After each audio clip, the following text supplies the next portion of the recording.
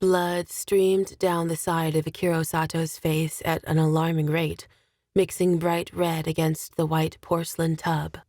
As the showerhead splayed hot water over her body, she watched it with strange fascination, circling and disappearing through tiny holes in the drain. She picked up a white washcloth and mindlessly scrubbed against her narrow waist until her skin turned bright pink. Then she lowered the coarse cloth and rubbed longer than usual at the triangle of black hair between her legs and upper thighs, stopping only when it became painful. At least on the outside she felt cleaner, but inside was a different matter.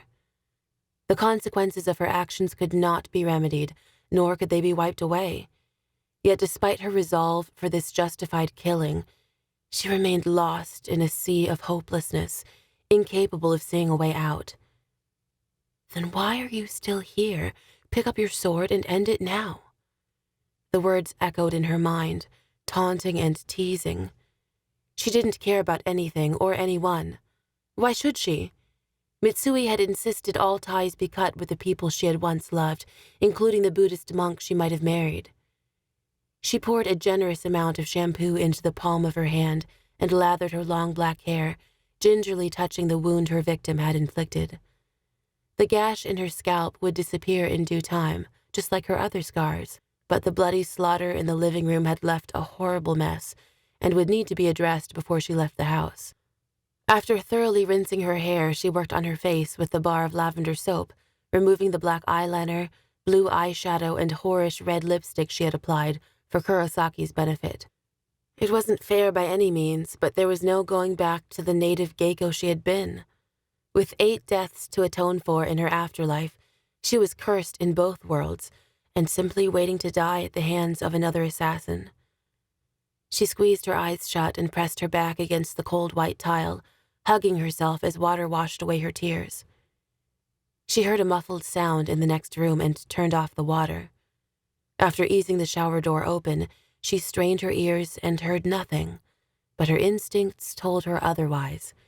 She stepped onto the bamboo grate covering the stone floor and grabbed the katana sword resting against the wall. The sound of someone rapidly approaching increased her heart rate. Her right hand shook involuntarily, yet she managed to remain calm. The bathroom door flew open suddenly, exposing 2 members of Kurosaki's gang. The first man stared at her, snarling. "You murder a man in his home and have the nerve to use his shower? What kind of monster are you?" He reached for her arm while the second man stood back watching, his coal-black eyes piercing her skull. "The worst kind," Akira spat. She drew her sword with lightning speed, beheading the first one with a one-handed horizontal cut. Blood sprayed over the mirror above the sink. She dropped her sheath and held the sword in front of her with both hands. The second man's face paled, and his jaw slacked. He remained motionless for endless seconds before charging at Akira with the knife stretched out before him. With one swift movement, she raised her sword above her head and brought it down hard and fast across his neck. She pulled the blade back, sending blood spraying across her face. Another body fell to the floor. Akira could feel sweat gathering at the base of her spine. She wiped her eyes with her forearm to clear her vision. Tears threatened to break loose and destroy the fortification she'd built. The voice was back in her head, moving her forward, keeping her from crumpling into a pitiful mess. "Don't be a fool. Finish the job you were sent here to do." She found 2 capsules in the outside pocket of her bag and popped them into her mouth. It took nearly a minute for the numbing effects to take hold. Then she set to work dragging the bodies from the house and dropping them into the pit she had found in the woods. When she was finished, she stepped into the shower to wash the dirt and blood off a second time.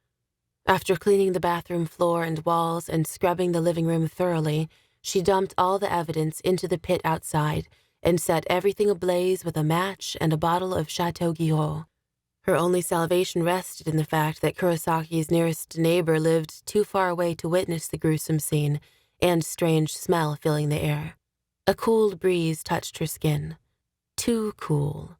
She looked down at herself and was instantly reminded of her nudity, which she had forgotten with the work she'd undertaken. A nervous laugh escaped her lips, and once more she found herself questioning her sanity.